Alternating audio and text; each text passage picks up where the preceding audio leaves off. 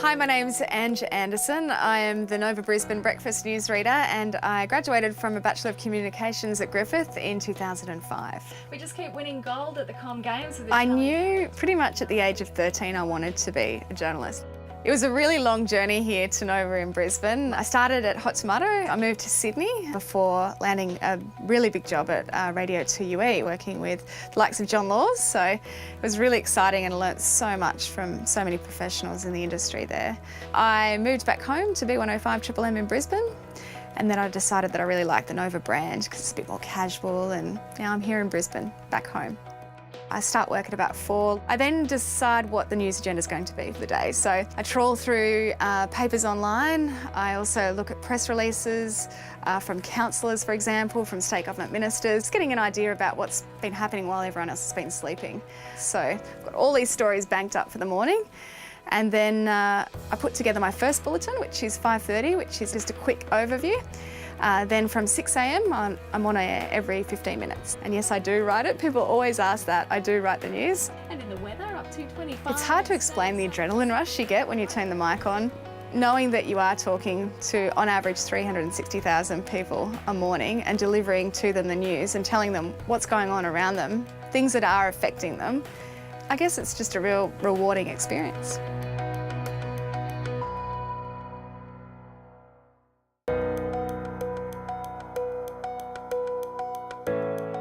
My name is Ben Pole. I'm Director of Strategy, Marketing and Communications for Gold Coast Tourism Corporation. I studied a Bachelor of Communications at Griffith University. Gold Coast Tourism is a membership-based destination marketing organisation. Our primary purpose is to increase visitor demand, visitor arrivals and visitor expenditure for the City of Gold Coast. My role is to make sure that the organisation is moving in the right direction towards the Gold Coast tourism strategy for the benefit of the city and the tourism industry that we represent. After working in marketing and communications for a number of years and feeling that this was the area that was most suited to me and me to it, I figured the logical extension of that was to become a journalist. I enjoyed writing in particular, and so that is why I started off with a Bachelor of Communications. I even managed to get a cadetship for a local newspaper. What I realised was being a journalist is a very particular profession. It takes a particular person, and I understood I wasn't that particular person. Not good, bad, otherwise, it's just it didn't suit me. For me, it was those longer term projects, the bigger marketing and communications jobs that kind of more suited me and my personality. What I was able to get is a great product and a great opportunity to market that product. Tourism is a $4.7 billion industry here on the Gold Coast. It's the key economic driver. And it's not just the hotels and the theme parks and the restaurants that benefit. It is everyone on the Gold Coast. And when you look around, you see the skyline and you see what kind of city it is. A lot of that has been defined by tourism.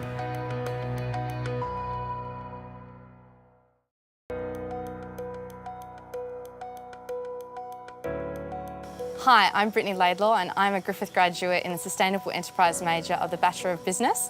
I'm here in Hong Kong at the moment, co-managing the Perma Club, which is the first of its kind in Hong Kong, and it's a permaculture education organisation.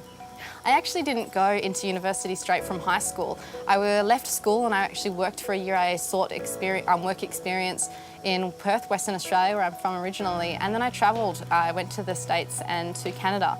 And in Canada, I kind of worked all over the place, and my goal was really to travel until I found out what I wanted to do. And I ended up in the outskirts of Vancouver, and I was working as a canoe and kayak instructor and a wildlife guide.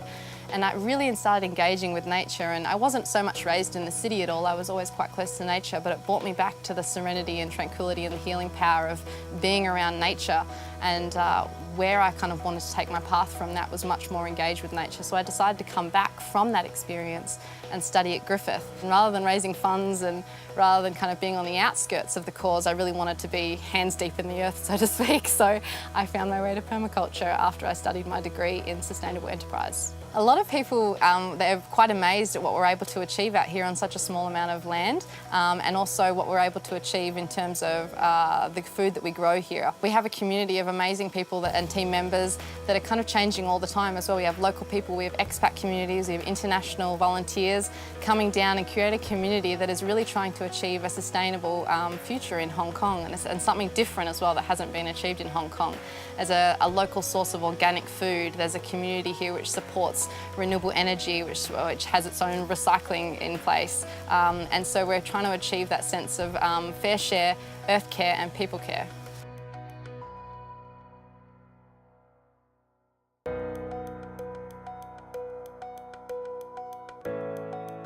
My name is Chris Owen. I have a Master of Engineering Science from Griffith University.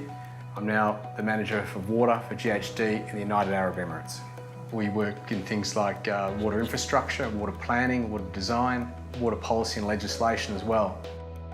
Working outside of Australia was something that I was really quite interested in. I linked up with a company that I used to work with to get some perspectives on sort of what's going on in water environment around the world, and found myself in an interview shortly afterwards, and then on a plane not too long after that. So it all happened pretty quickly. Water's an area that I've always been interested in. Doing study really opened my eyes up to some of the potentials associated with water. I think that Masters of Engineering Science gave me a really good technical basis to understand, the sector that I was diving into. And from a career point of view, that was a terrific enabler. I mean, that degree did allow me to front up to some of the organisations I was interested in working in and have that credibility that technically there's a good chance I was going to be competent. When I started university, the potential for me to end up in Abu Dhabi doing what I'm doing today is pretty remote. I think it's that journey through universities that opened my eyes up and made these possibilities clear, gave me something to aim for.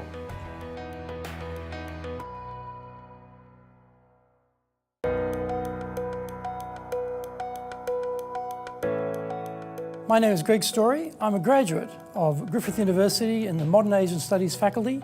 I am the president of Dale Carnegie Training Japan.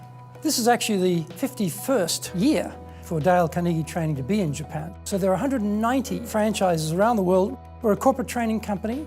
Our main aim is to help people boost their careers and companies to boost their performance through the ability of the people working for them. So I had this sort of burning interest and desire about learning more about Japan. I chose Griffith because they had this faculty called Modern Asian Studies. And I was very fortunate. I got a Monbusho, which is the Japanese Education Department scholarship, to come to Japan to study. And eventually I did a master's degree there. I came back as a Japan Foundation Fellow. I did my doctorate. I went back to Griffith. I finished my doctorate. And then I didn't become a professor. I didn't get into academic life. I started on that path, but I got swept up into business. So I started my own company. I started my own consulting company, and I started helping people to interact with Japan. And in that process, I became well known in Brisbane, and I got then headhunted to open a brand new operation on the ground in Japan. Japan moves at a fast pace. This is probably the fastest moving business environment on the planet. So you've got to be at the front of that.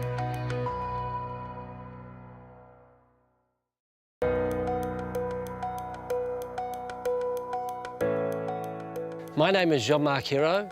I'm a professor in the School of Environment and Deputy Director of the Environmental Futures Research Institute. The best parts of my job are when I get out in the field, chasing frogs with students and discovering new things about them. And of course, most frogs are nocturnal, which means we're out at night with headlights. We have to be out when it's warm. We have to be out when it's wet, because that's when frogs are most active. Why did I become interested in frogs? Well, it started a long time ago in the Amazon jungle, where I was working on crocodilians, and they're pretty boring, but there were many species of frogs, all of them with different calls, and so it just opened up a whole new world to me. What can we learn from frogs?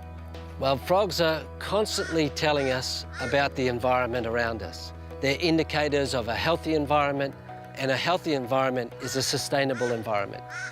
When the frogs stop singing, the planet will die. Probably the most important thing for me now is to really understand how frogs are likely to be affected by climate change, and also to convince the rest of the world that frogs are important and that we need to protect biodiversity for future generations.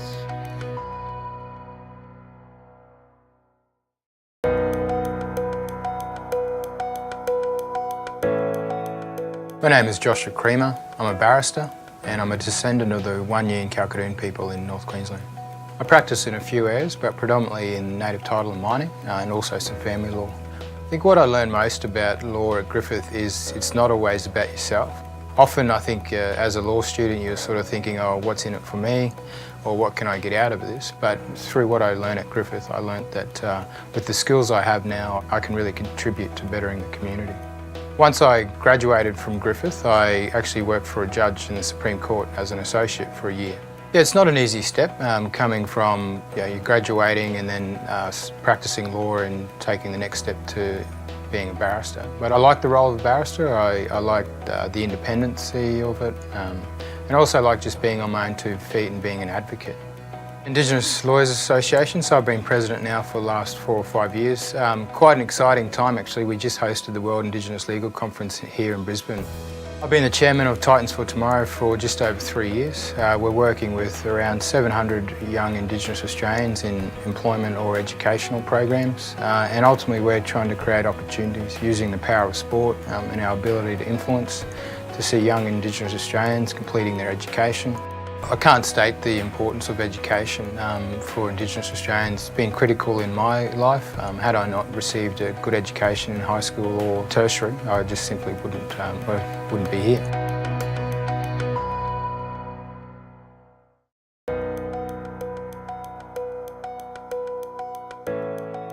My name's Matthew Schofield. I did a Bachelor of Visual Arts degree at Griffith, and now I'm working as the supervising storyboard director on The Simpsons. I've been working for Film Roman for about the last 14 years. I've started off as a character layout artist, became an assistant director, became a director, and now I'm supervising storyboard director. Film Roman is the animation studio in the United States that handles the storyboards, the designs, the character layouts for the show. Just after I finished at Griffith, I went down to Sydney, got a job at a small commercial studio. I made contacts in LA, and about a year later, I found myself with my first job in the American animation industry. I worked on Quest for Camelot and Iron Giant for Warner Brothers, and I worked on Prince of Egypt for DreamWorks, and then I started on The Simpsons. What I love about my job is I get to influence the course of my favourite animated show. I've loved The Simpsons since I was a college student at Griffith. To be able to watch an episode of the show and see my name on the front of the show in the credits, that was just like a dream come true for me.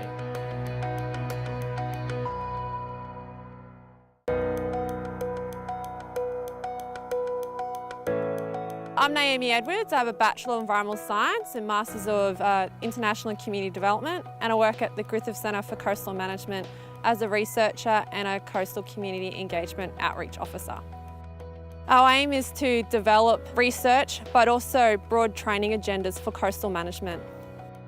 I made the most of my time at Griffith University by putting up my hand for almost everything that I could possibly do, and that opened up some opportunities for me to study alpine plants over a summer period down in the Australian Alps, to working with world-leading professors over in Nepal around long-term ecological research.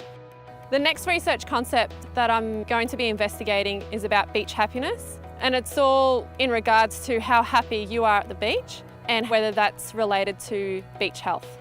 So it's about a whole collective approach for people to be encouraging and enhancing the health of beaches. The Gold Coast is one of the most biodiverse regions in Australia, and it's this biodiversity that attracts people to live here. So it's really important that we educate people around the importance of our beaches, and especially to get involved in coastal management. When I first went to Griffith University, I wanted to be a park ranger, and now I'm working on world-class beaches and working with the community to protect Gold Coast beaches.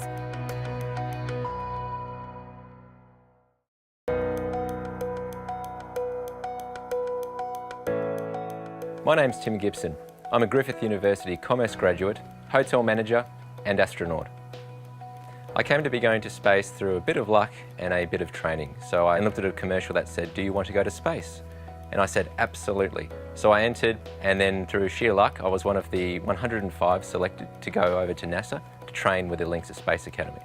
Fortuitously, I was skilled enough and practiced hard enough that I actually won the ticket to go to space. Throughout my life, I've always wanted to fly. From a very young age, I started flying, 14 years old, and then was able to fly solo before I could drive a car. From there, I applied for the Royal Australian Air Force as a pilot, but unfortunately, due to my eyesight, was knocked back. And I think the critical turning point for me was when the Air Force knocked me back the final time after the 5th appeal. That was a real test of what I want to do next and am I in the right career. One of the key things I learned at Griffith was the need to set goals. For me, setting the goals that I had in place going for the Air Force application, even though that wasn't meant to be, I had all that preparation ready. So that's what enabled me to be the most competitive person by winning the trip to space at the Link Space Academy. When Buzz Aldrin called my name out as one of the selected crew to go into space, I can't put into words. I worked so hard in my life and I got told so many times no, I couldn't do my dream because of my eyesight, something I can't control.